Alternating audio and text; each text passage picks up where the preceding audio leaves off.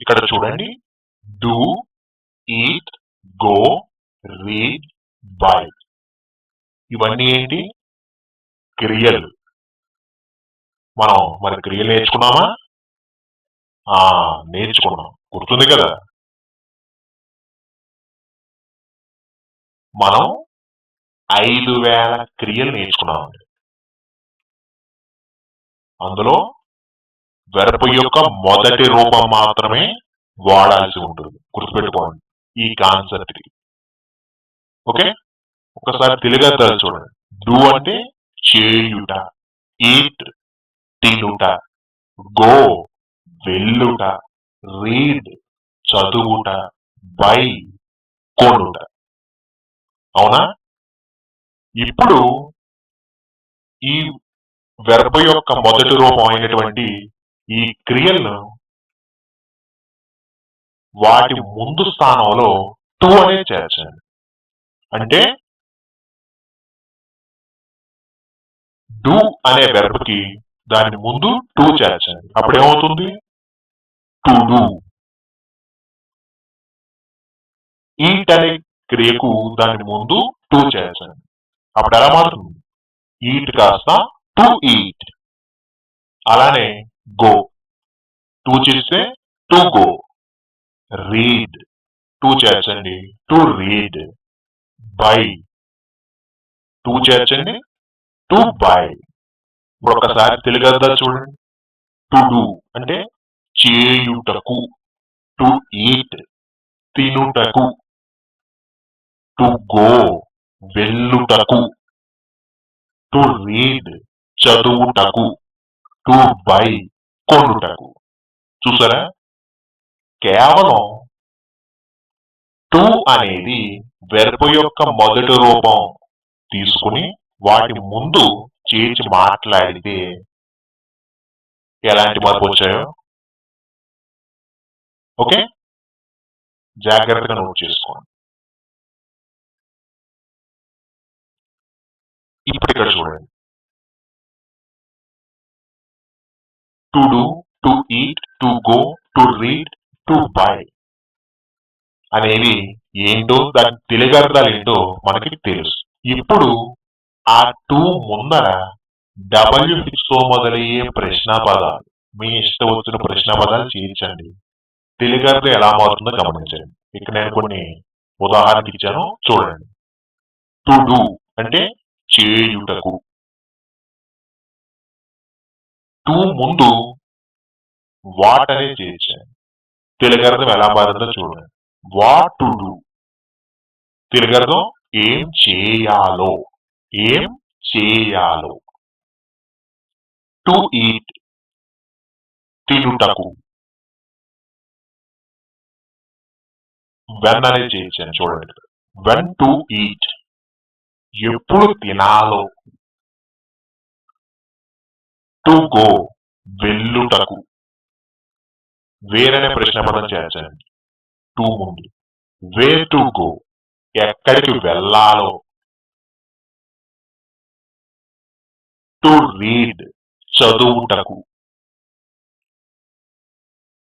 To ముందు how చేర్చండి.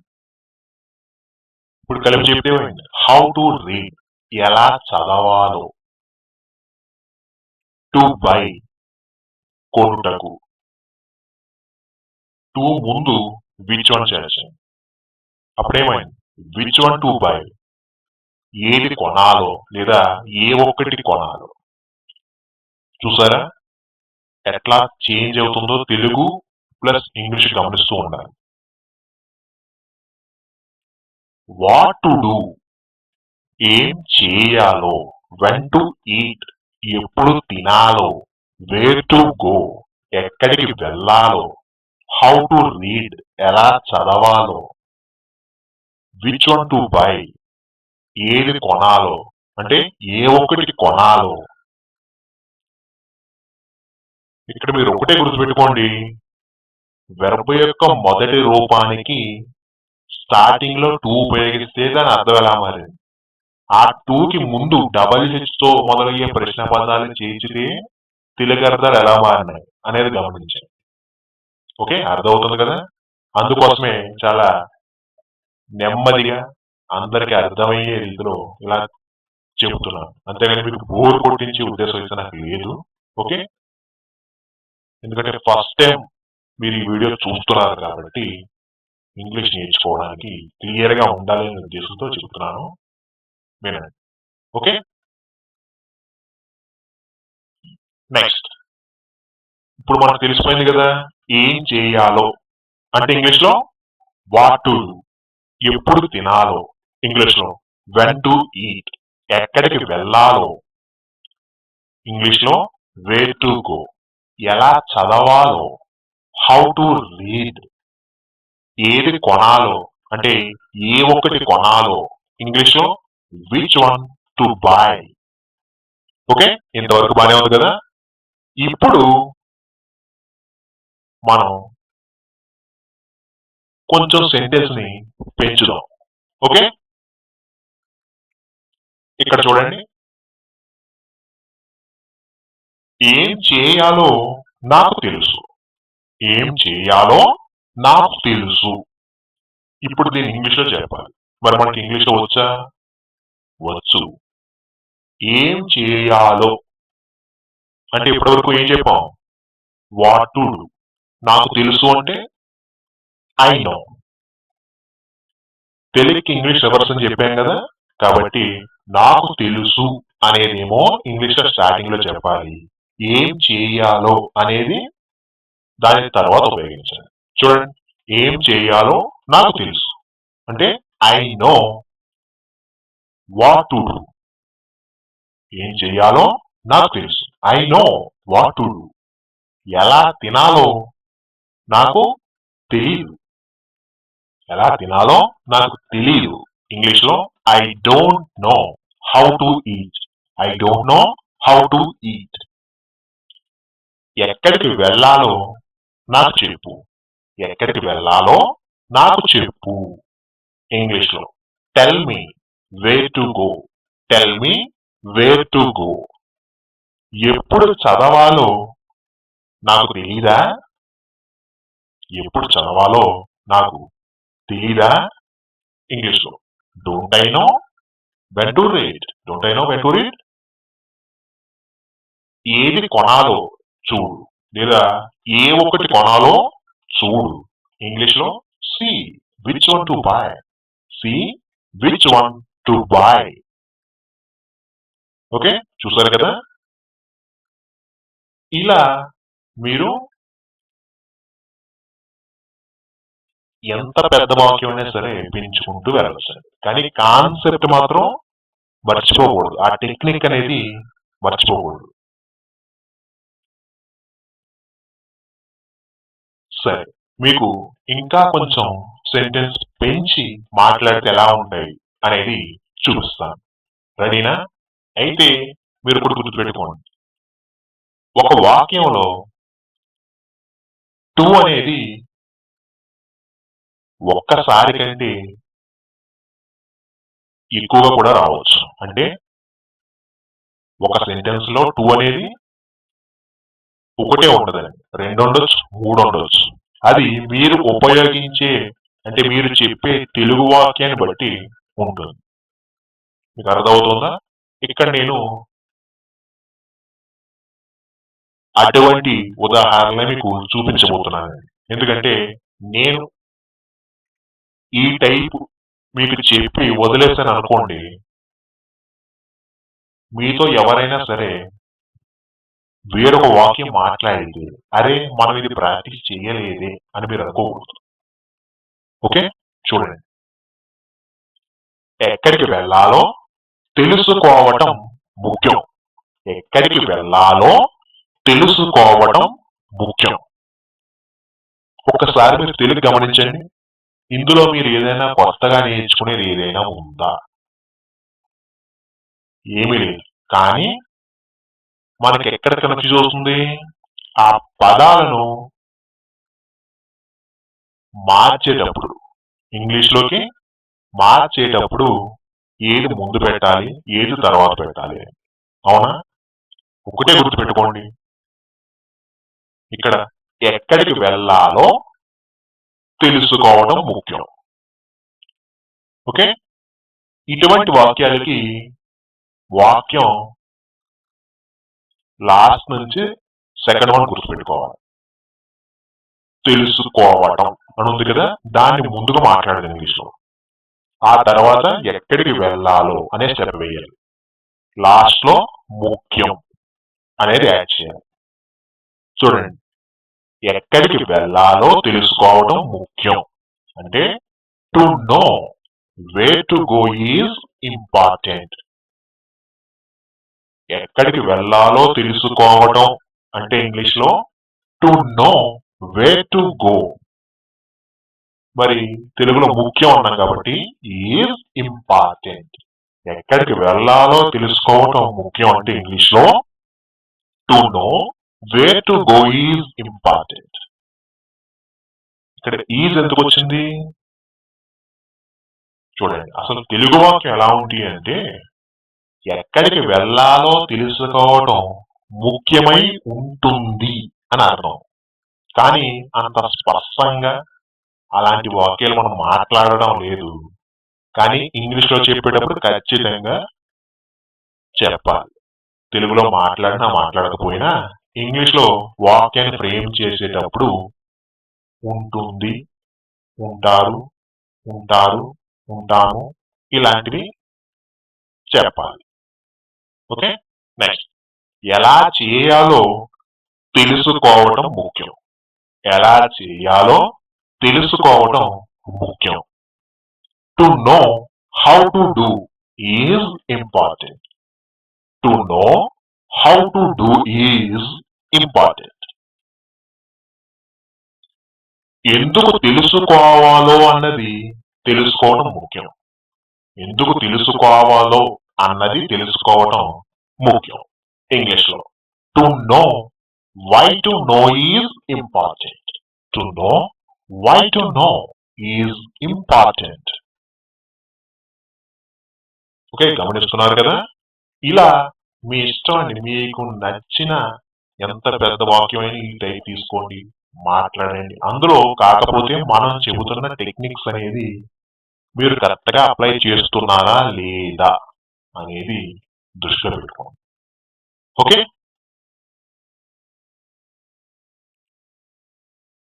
ఇప్పుడు ఇక్కడ చూడండి. ఇప్పటి వరకు మనం పాజిటివ్ మాత్రమే నేర్చుకున్నాం. మరి నెగిటివ్ మాట్లాడాల్సి వస్తుంది. అదే ఇక్కడ చూడండి. టు డూ చేయుటకు, టు ఈట్ తినుటకు, టు గో వెళ్ళుటకు, టు రీడ్ చదువుటకు, టు బై కొనుటకు. మనకు తెలుసు ఇవన్నీ కూడా, అవునా? ఇప్పుడు టు అనే పదానికి ముందు నాట్ NOT నాట్ అనే పదాన్ని చేర్చండి. తెలుగు అర్థం ఎలా మారుతుందో గమనించండి. అంటే టు డూ కాస్త నాట్ టు డూ అవుతుంది అప్పుడు, అవునా? అంటే నాట్ టు డూ అంటే తెలుగు అర్థం చేయకూడదు. నాట్ టు ఈట్ తినకూడదు. నాట్ టు గో వెళ్ళకూడదు. నాట్ టు రీడ్ చదవకూడదు. నాట్ టు బై కొనకూడదు. గమనిస్తున్నారా? To do, to eat, to go, to read, to buy అనేవన్నీ పాజిటివ్. వాటిని నెగిటివ్ లో కన్వర్ట్ చేయాలి అంటే టు ముందర నాట్ అనేది చేర్చండి. ఓకే, కాన్సెప్ట్ అర్థమైంది కదమ్మా? రైట్.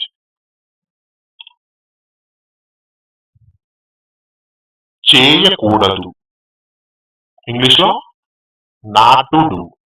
తినకూడదు ఇంగ్లీష్ లో నాట్ టు ఈట్. వెళ్ళకూడదు ఇంగ్లీష్ లో నాట్ టు గో. చదవకూడదు నాట్ టు రీడ్. తినకూడదు నాట్ టు ఈట్. కొనకూడదు నాట్ టు బై. ఇవి వచ్చినట్టే కదా. ఇప్పుడు చూడండి, ఇప్పుడు నాట్ ముందు WH తో మొదలయ్యే ప్రశ్న పదాలు చేసి మాట్లాడండి. అప్పుడు తెలుగు అర్థాలు ఎలా మారుతున్నాయో గమనించండి. ఉదాహరణకి నేను మిమ్మల్ని తినకూడదు అని చెప్పాను అనుకోండి, మీరు ఏమంటారు వెంటనే? ఎందుకు తినకూడదు, ఎక్కడ తినకూడదు, ఎలా తినకూడదు, ఇలాంటి మాటలు వస్తాయి కదా, అవునా? అలానే ఇంగ్లీష్ లో కూడా మీరు ఏం చేయాలి? నేను ఇప్పుడు చేయకూడదు అని చెప్పాను, ఇంగ్లీష్ ఏం చెప్తాను? నాట్ టు డూ అని చెప్తాను. వెంటనే మీరు ఏమంటారు? ఏం చేయకూడదు అంటారా?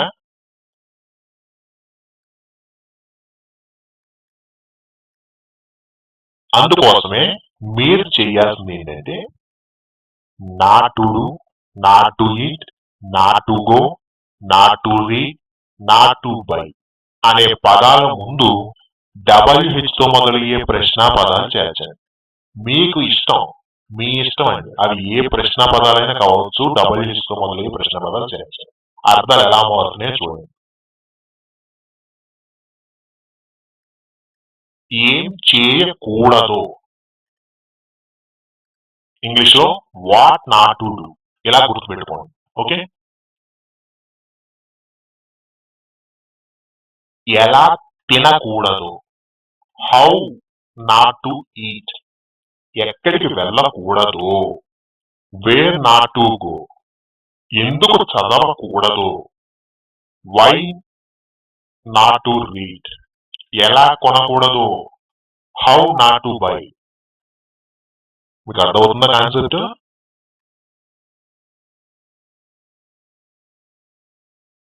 ఇప్పుడు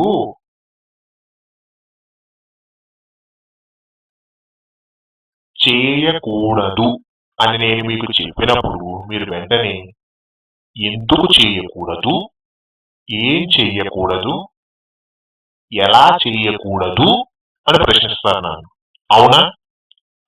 అయితే వాటిని ఇంగ్లీష్ లో what not to do, how not to eat, where not to go, why not to read, how not to buy అని చెప్పాను. కానీ తెలుగు అర్థాలు మాత్రం ఎందుకు చేయకూడదు, ఎలా తినకూడదు, ఎక్కడికి వెళ్ళకూడదు అని చెప్పడం లేదు. దో అనేది యాడ్ చేయమంటున్నాను. అంటే ఏం చేయకూడదు కాస్త ఏమి చేయకూడదు అని చెప్పమంటున్నాను. అర్థమవుతుంది కదా? ఎలా తినకూడదు కాస్త ఎలా తినకూడదు, ఎక్కడికి వెళ్ళకూడదు అనేది ఎక్కడికి వెళ్ళకూడదు, ఎందుకు చదవకూడదు అనేది ఎందుకు చదవకూడదు, ఎలా కొనకూడదు అనేది ఎలా కొనకూడదు. ఇలా మీరు గుర్తు పెట్టుకోవాలని నేను చెబుతున్నాను అంతే. కన్ఫ్యూజ్ ఏమీ ఉండదు, పడాల్సిన అవసరమూ లేదు. ఓకే, ఇలా ఎందుకు చెప్తున్నాను అంటే మనం పెద్ద పెద్ద వాక్యాలు మాట్లాడేటప్పుడు మీకు అర్థం అవుతుంది ఇలా ఎందుకు చెప్పారు. ఇలా నేర్చుకోవడం తప్పేమీ కాదమ్మా. అర్థమైందా? మీకు సింపుల్ గా గుర్తుండడం కోసం నేను ఈ టెక్నిక్స్ చెప్పాల్సి వస్తుంది అంతే కానీ జనరల్ గా చాలా మంది ఈ వీడియో చూస్తున్న వాళ్ళు ఇది తప్పేమో అని భావిస్తుంటారు. అది తప్పేమీ కాదు. అది మీకు ఎలా తెలుస్తుందంటే వాక్యాలు మాట్లాడేటప్పుడు మీకు క్లియర్ గా అర్థమవుతుంది, పెద్ద పెద్ద వాక్యాలు మాట్లాడేటప్పుడు. ఓకే, చూడండి ఇక్కడ ఇప్పటి వరకు ఒక పాజిటివ్ అండ్ నెగిటివ్ ఎట్లా మాట్లాడాలో చూసాం, విడివిడిగా చూసాం. ఇప్పుడు ఆ రెండు కలిపి మాట్లాడాల్సి వస్తే ఎలా అనేది చూడండి, ఇక్కడ క్లియర్ గా చెప్తాను చూడండి. ఏమి చేయాలో ఏమి చేయకూడదు, తెలుగు వాక్యం చూడండి. ఏం చేయాలో ఏమి చేయకూడదు. ఫస్ట్ చూడండి, ఏం చేయాలో ఇంగ్లీష్ లో వాట్ టు డూ వచ్చిందా? ఏమి చేయకూడదు ఇప్పుడే నేర్చుకున్నాం, ఏంటి? What not to do. ఇప్పుడు ఈ రెండు వాక్యాలను కలపాలి కాబట్టి అండ్ అనేది మధ్యలో ఉపయోగించాము. ఓకే, ఏం చేయాలో ఏమి చేయకూడదు అంటే ఇంగ్లీష్ లో what to do and what not to do. ఏం తినాలో ఏది తినకూడదు లేదా ఏం తినకూడదు. ఇంగ్లీష్ లో what to eat and what not to eat. What to eat and what not to eat. ఎక్కడికి వెళ్ళాలో ఎక్కడికి వెళ్ళకూడదు. ఎక్కడికి వెళ్ళాలో ఎక్కడికి వెళ్ళకూడదు. ఇంగ్లీష్ లో where to go and where not to go. Where to go and where not to go. అర్థమైందా? ఇలా కూడా మరి మనం మాట్లాడతాం కదా. మిగిలినవన్నీ కూడా ఈ టైప్ లో మీరే మీ అంతటి మీరు ప్రిపేర్ చేసుకుని మాట్లాడి చూడండి. ఓకే, కేవలం ఈ చిన్న వాక్యంతో సరిపోదండి. ఈ పాజిటివ్ నెగిటివ్ కలిపి మనం పెద్ద పెద్ద వాక్యాల్లో కూడా మాట్లాడతాం. మరి అవి ఎలాగో అనేది మరి ఉదాహరణ చూపించాలి కదా. మరి వెళ్దామా? సరే. ఏం చేయాలో ఏం చేయకూడదో ప్రతి ఒక్కరూ తప్పక తెలుసుకోవాలి. ఏం చేయాలో ఏమి చేయకూడదో ప్రతి ఒక్కరూ తప్పక తెలుసుకోవాలి. ఇంగ్లీష్ లో everyone must know what to do and what not to do. Everyone must know what to do and what not to do. Next, ఏం చేయాలో ఏమి చేయకూడదో ఆమెకి తెలిస్తే ఆమె ఖచ్చితంగా ఆ పని చేస్తుంది. ఏం చేయాలో ఏమి చేయకూడదో ఆమెకి తెలిస్తే ఆమె ఖచ్చితంగా ఆ పని చేస్తుంది. ఇంగ్లీష్ లో if she knows what to do and what not to do, she must do that work.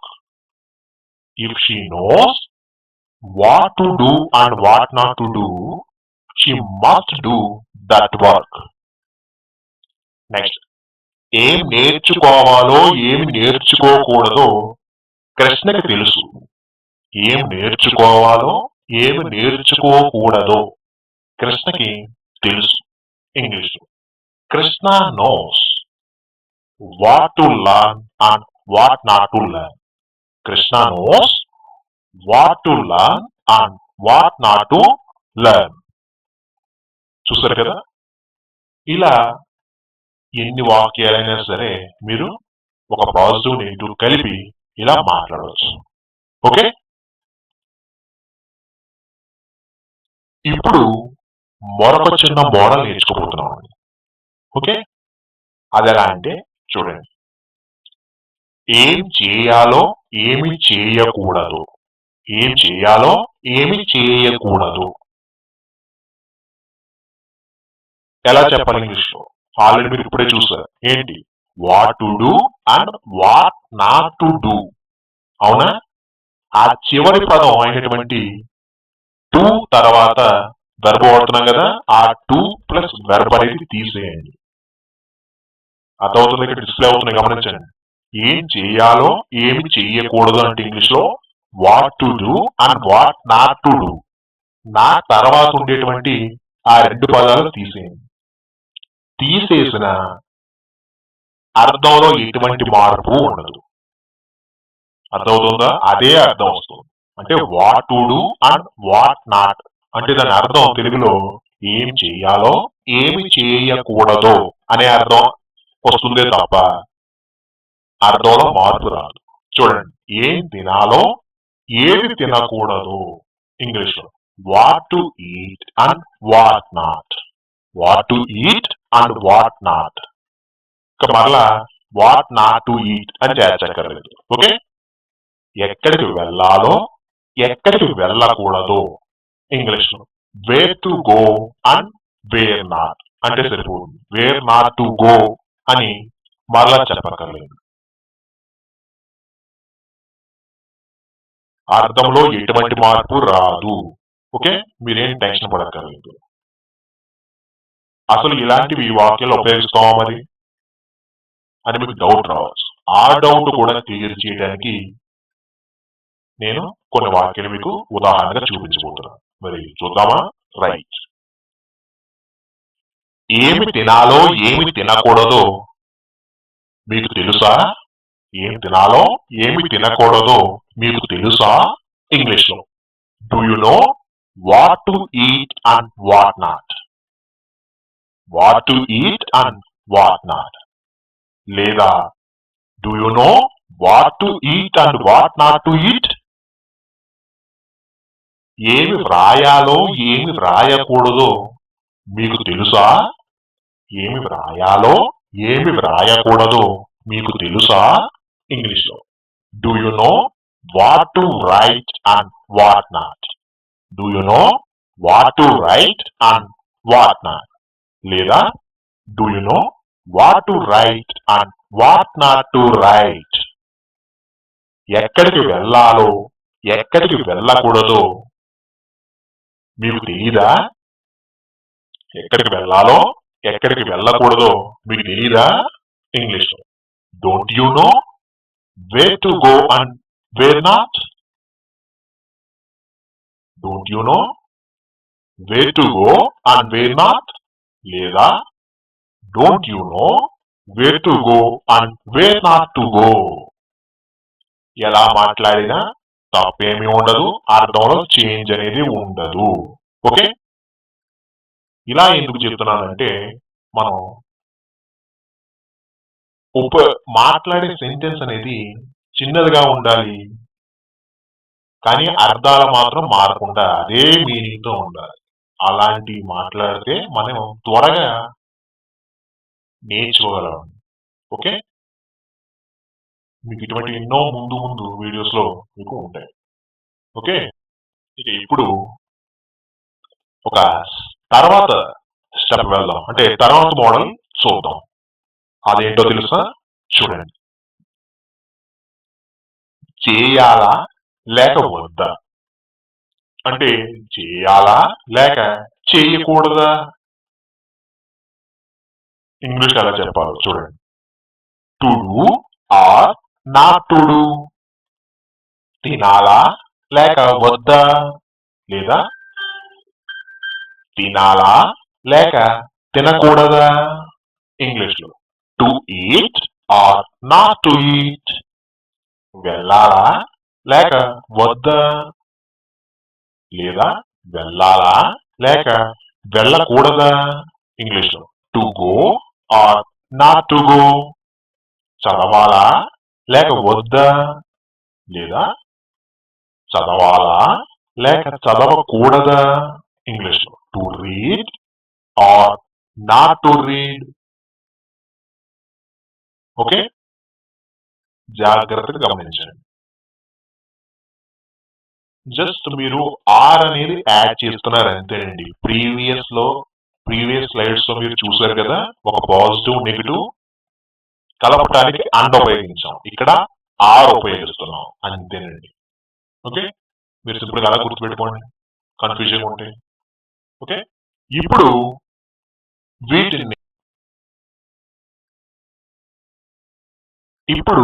మనం వీటిని వాక్యాలలో ఉపయోగిస్తే ఎలా మాట్లాడాలి, ఎలా ఉపయోగించాలి అసలు అనేది ఇప్పుడు చూద్దాం. రెడీ? ఓకే, మాట్లాడాలా లేక వద్దా అనేది నేను ఆలోచిస్తున్నాను. మాట్లాడాలా లేక వద్దా అనేది నేను ఆలోచిస్తున్నాను. ఇంగ్లీష్ లో మాట్లాడాలా లేక వద్దా అనేది ఇంగ్లీష్ ఎలా చెప్పాలో ఇప్పుడే చూసాం. ఎలాగా? To talk or not to talk అనేది అంటే అదే ఆలోచిస్తున్నాను అని అర్థం అక్కడ. అంటే ఇంగ్లీష్ లో దిస్ ఈజ్ వాట్, నేను ఆలోచిస్తున్నాను, ఐఆమ్ థింకింగ్. కలిపి చెప్పండి. మాట్లాడాలా లేక వద్దా అనేది నేను ఆలోచిస్తున్నాను అంటే ఇంగ్లీష్ లో to talk or not to talk, this is what I am thinking. ఇక్కడ మీకు తెలియని పదం వచ్చింది. ఏంటి? This is what. మరి దీన్ని ఎలా తెలుసుకోవాలి, ఎలా నేర్చుకోవాలి, మేము ఇంతవరకు చూడలేదు అని దాని గురించి ఆలోచించవద్దు. ఓకే? ఎందుకంటే మా ముందు వీడియోస్ లో ఈ ఒక్క పదమే కాదండి, this is what, this is where, this is how, this is when, ఇలాంటివి పదాలు మీరు చూడబోతారు. ఓకే? కాబట్టి ఆ విషయాన్ని పక్కన పెట్టేసి మాట్లాడాలా లేక వద్దా, చెయ్యాలా లేక చేయకూడదా, వీటిపై దృష్టి పెట్టండి. ఓకే? మాట్లాడాలా లేక వద్దా అనేది నేను ఆలోచిస్తున్నాను అంటే ఇంగ్లీష్ లో to talk or not to talk, this is what I am thinking. చేయాలా లేక వద్దా అనేది నేను ఆలోచిస్తున్నాను. చేయాలా లేక వద్దా అనేది నేను ఆలోచిస్తున్నాను ఇంగ్లీష్ లో. To do or not to do, this is what I am thinking. To do or not to do, this is what I am thinking. అడగాలా లేక వద్దా అనేది ఆమె ఆలోచిస్తుంది. అడగాలా లేక వద్దా అనేది ఆమె ఆలోచిస్తుంది English. To ask or not to ask, this is what she is thinking. To ask or not to ask, this is what she is thinking. చూసారు కదా? ఇలా మీకు నచ్చిన వాక్యాల్లో ఇలా అడగాలా వద్దా, చేయాలా చేయకూడదా, వెళ్ళాలా వెళ్ళకూడదా, మాట్లాడాలా మాట్లాడకూడదా, చూడాలా చూడకూడదా, ఇవ్వాలా ఇవ్వకూడదా, మీ ఇష్టం. ఇంకా ఒక్క ఆ వాక్యాన్ని ఫ్రేమ్ చేయడం మీకు వచ్చేసింది అంటే ఎన్నైనా మీరు మాట్లాడేస్తారు. అవునా? బాగా అర్థమవుతున్నాయా మరి? రైట్. అసలు సంగతి తెలుసా? అసలు సంగతి తెలుసా? ఇప్పటి వరకు మనం what to eat, where to eat, when to eat, how to eat, అలానే negative what not to eat, where not to eat, when not to eat, how not to eat, ఇలా రకరకాలుగా మనం నేర్చుకున్నాం. వాటి ఉపయోగాలు ఎలా ఉంటాయని కూడా వాక్యాలలో చూసాం. అయితే వీటికి అసలు రూపం మరొకటి ఉందండి. అదేంటో ఇప్పుడు మీరు చూడబోతున్నారు. అసలు ఈ వాక్యాలు ఇలా రావడానికి ఒక స్ట్రక్చర్ ప్రధాన కారణం. ఆ స్ట్రక్చర్ ఏంటో ఇప్పుడు మీకు చూపిస్తాను చూడండి. ఏం చేయాలి, ఇంగ్లీష్ లో చెప్పాలి వాట్ టు. ఏం చేయాలి అంటే వాట్ టు డూ. ఇప్పటి వరకు నేర్చుకున్నాం కదా. దీని అసలు రూపం చూడండి. నేను ఏం చేయాలి. ఏం చేయాలి అంటే నేనేం చెయ్యాలి అనే కదా అర్థం. అదేంటి అనుకుంటున్నారా? అవునండి, ఇప్పుడు నేను మీరు మాట్లాడుకుంటున్నారు. నేను మీ దగ్గరికి వచ్చి ఏం చెయ్యాలి అని అడిగాను అనుకోండి, నేను ఏమి చేయాలి అనే కదా అర్థం. అవునా? అది అలా గుర్తుపెట్టుకోండి. ఓకే? చూడండి, నేను ఏం చేయాలి అంటే what I have to do. నేనేం చేయాలి అంటే what I have to do. దీన్నే మనం షార్ట్ కట్ లో what to do, what not to do ఇలా మాట్లాడేస్తున్నాం. అర్థమవుతుంది కదా? ఇలా మీకు already have to or has to, had to అనే టాపిక్ మీద వీడియో మీరు చూస్తారు స్ట్రక్చర్స్ అనే కాన్సెప్ట్ ద్వారా. చూసినప్పుడు have to, has to or had to అనేది ఎలా ఉపయోగించాలో వాక్యాలలో తెలుస్తుంది. అయితే ఇప్పటివరకు మరి వాటి ఉపయోగం మరి తెలియదు కదా.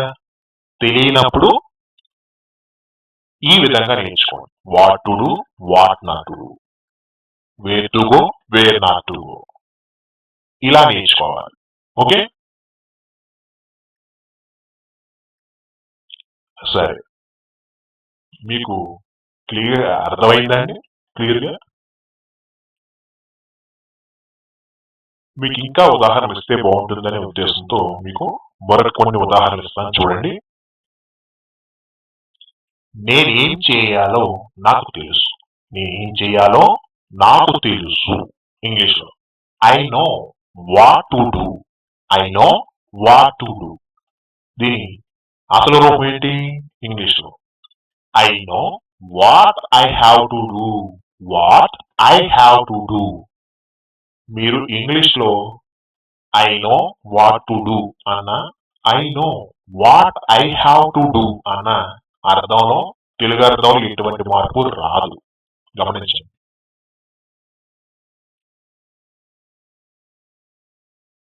నువ్వు ఏం చేయాలో నీకు తెలుసు లేదా మీరేం చేయాలో మీకు తెలుసు. ఇంగ్లీష్ లో you know what to do. You know what to do. అదే అసలు స్ట్రక్చర్ చూస్తే you know what you have to do. You know what you have to do.